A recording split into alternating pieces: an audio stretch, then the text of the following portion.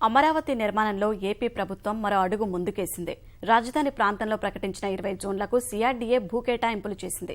నివాసాలకు అధిక ప్రాధాన్యమిచ్చింది. నీలి హరిత నగరంగా అమరావతిని తీర్చిదిద్దాలన్న ముఖ్యమంత్రి ఆలోచనలకు అనుగుణంగా కేటాయింపులు జరిగాయి. మొత్తం 53,676 ఎకరాల్లో రాజధాని నిర్మాణం జరగనుంది.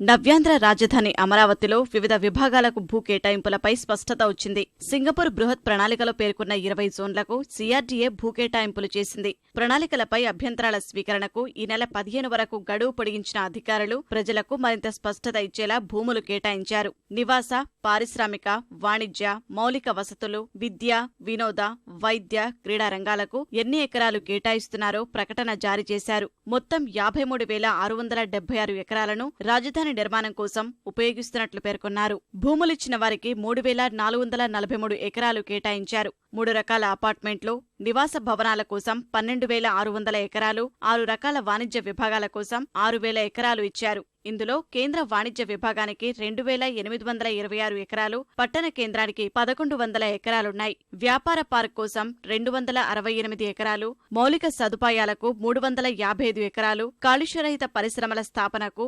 2,091 ఎకరాలు, ఉల్లాస విహార కేంద్రాల కోసం 10,000 ఎకరాలు కేటాయించారు. ఇక్కడ థీమ్ పార్కులు, గోల్ఫ్ కోర్స్, క్రీడా సౌకర్యాలు ఉంటాయి. 6,900 ఎకరాలను రక్షిత ప్రాంతంగా గుర్తించారు. ప్రభుత్వ పాలనకు 319 ఎకరాలు, విశ్వవిద్యాలయాలు, విద్యా సంస్థల కోసం 2,342 ఎకరాలు ఇచ్చారు. 1,680 ఎకరాలను ప్రత్యేక జోన్గా పేర్కొన్నారు.